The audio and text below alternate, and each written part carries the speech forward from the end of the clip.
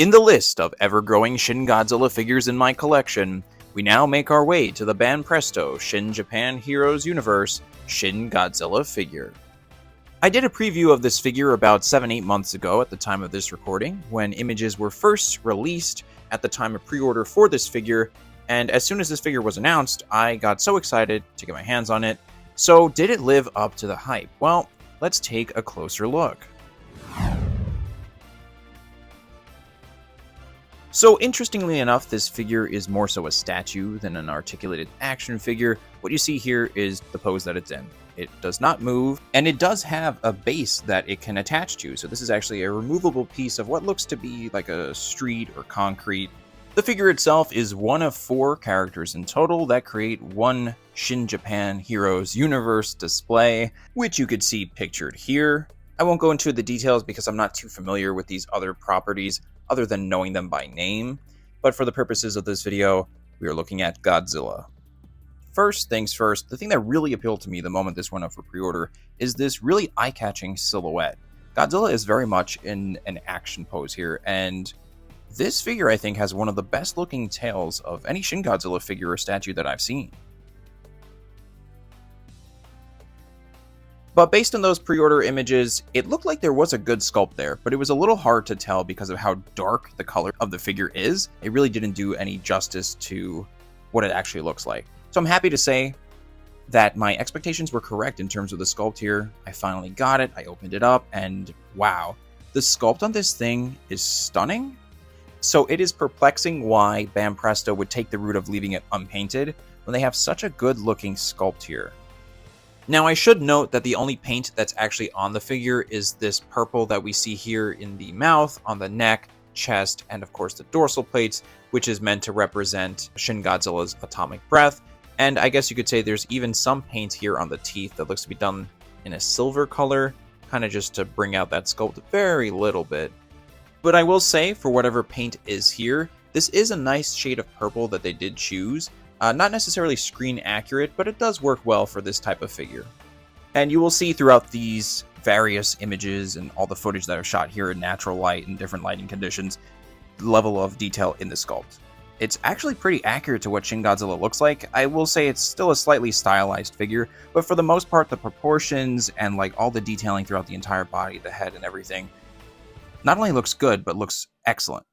So I absolutely went into this with the intention of getting a copy of this figure, a second one, so that I could do a repaint of it. So there will be a video in the near future of that repaint because this figure has so much potential to be improved with a nice paint job. But I'm not here to knock this figure because I think it is actually a really nice figure.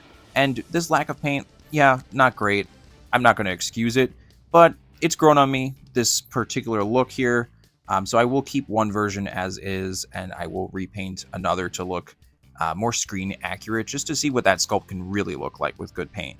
And if anything, this figure reminds me of the Bandai Movie Monster series. He'll be a square statue version of Shin Godzilla, which is also left unpainted, but in that figure's case, that's meant to replicate the actual statue in Japan, so that's accurate. This one is more so just a weird in-between of almost like half stylized and half realistic. It feels like Banpresto really couldn't commit to one vision for it. But like I said, as we look at these different angles here, it's really this tail that does it for me. I think if the tail didn't look as good as it does, then I probably wouldn't care for this figure as much. So while we're on this subject of the tail, let's actually take a closer look. We've kind of been looking at this figure from afar, and it does have an amazing silhouette, but the closer you get to this figure, the more you can really appreciate these details.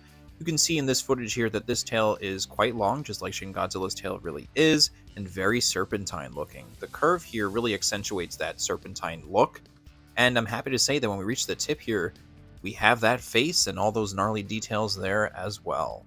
Now the tail initially comes in 2 parts that you plug into each other, which plugs into the actual figure itself, but it's all very seamless and smooth. It's very easy to actually put it together and take it apart as you please. I pulled off the upper half of the tail here just so we can get a closer look at the tip. Without any paint on it and just in this black plastic, I have to say this tail tip really looks like some form of H.R. Geiger-esque design, which I've never really thought about because I think in its normal painted state, or normal colored state, I guess you could say, it just looks very skeletal and gory. but unpainted like this, it has its own strange look to it. But you can see all the details here that are present on the tip of the tail, those bony elements, those sort of textured, sinewy sections, and then of course the tail toward the bottom here with all the other dorsals feeding up to the tip. When it comes to the head sculpt, I do think, unfortunately, that this is the weakest part of the figure. Now, of course, it does look like Shin Godzilla, and we clearly see that his mouth is open and he's either roaring or about to use his atomic breath. But when we take a closer look here, not even just the paint that I'm talking about, but more so the sculpt itself, we do have texture there. But one of the things that is very questionable to me is the fact that you can barely make out where the eyes are supposed to be. And because the eyes are left unpainted in combination with the teeth too that have very slight paint on it, everything's kind of just all muddied together. I'm sure that could be somewhat improved upon with a better paint job. With that said, I do think there's certain angles that this head sculpt benefits from, where it becomes more apparent what the face looks like, depending on the light and angle. Another element of the sculpt that I think is done really well are the arms and hands here. Of course, Shin Godzilla has his iconic puny little arms, and this figure captures that very well. In this particular case, they're very close to his body, and the hands are very much facing up, which really sells the idea that he's sort of charging up for this atomic breath, or moving himself forward. And here's just a quick demonstration of the figure coming off of its base, and a closer look at the base itself. Pretty simple base, just kind of done in this simple gray color, and has a couple of pegs here. When we flip over Shin Godzilla to look on the underside, you can see how those pegs kind of just plug into Shin Godzilla's feet. The cool thing about this figure is that you can display it with or without the base. I've kind of done both. Sometimes I take it off, sometimes I leave it on. It is more stable with the base attached, just because I've noticed, at least with my version of the figure that I have here, without the base, the right foot does seem to kind of elevate above any surface just a little bit, so the figure leans more toward its left. So the base is definitely the most secure way to keep the figure. With that said, though, this is a very high quality plastic, so it's a very dense feeling figure, not cheap feeling or fragile feeling at all. And surprisingly, the dorsal plates are pretty sharp. And here's a couple of more close-ups at the figure just to get a look at that detail one more time. Such a crisp, impressive sculpt for such a reasonable price. So now let's move on to the size. The official listing for this figure has it at 5.5 inches tall, which doesn't sound super big, but honestly, I was pleasantly surprised once I got this in hand how big it actually is. I think this is in part because of how long the tail is, and also that diorama base kind of adds the illusion of a larger surface area. And here's what it looks like compared to some of my other figures in my collection.